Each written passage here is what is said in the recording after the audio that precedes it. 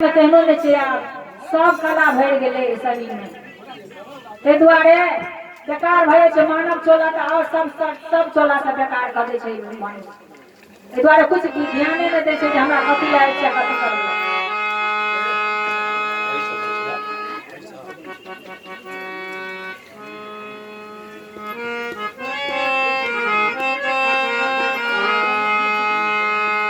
की जनित सत्संग को की जनित सत्संग को बाधा सकल मिटाए यह अवसर के ना मिले दुर्लभ नर तन पाए कम मिलने बड़ो मुश्किल है हमरा यहाँ के करियो जतन सखी करियो जतन सखी पियावा मिलन की है करियो जतन पियावा मिलन की है करियो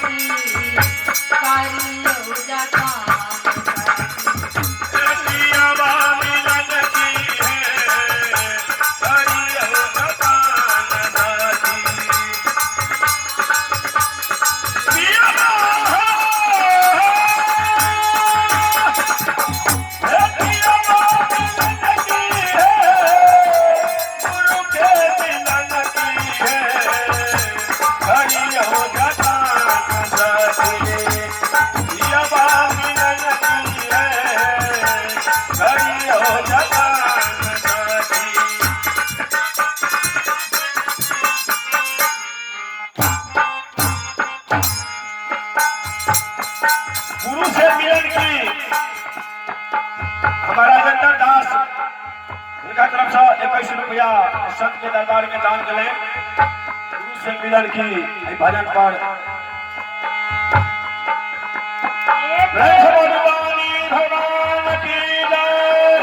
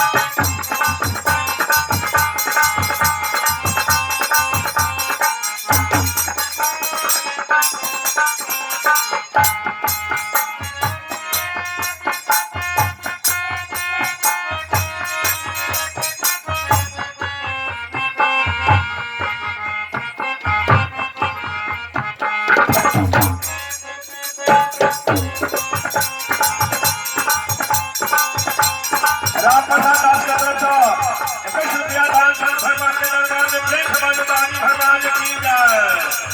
उनका बाल गोपाल की जय।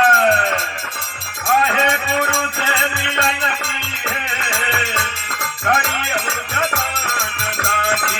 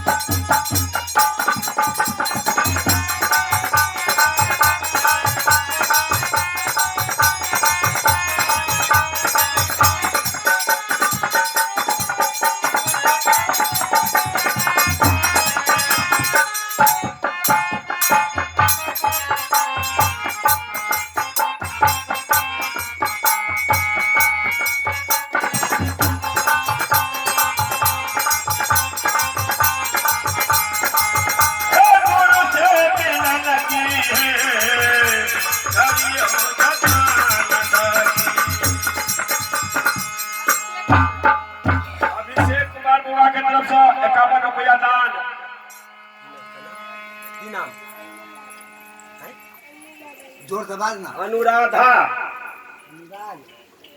अनुराधा रानी की तरफ से 11 रुपया दान।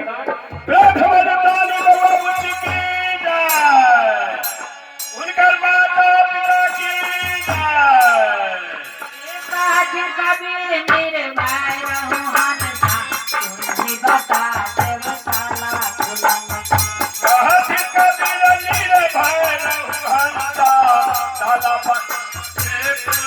बता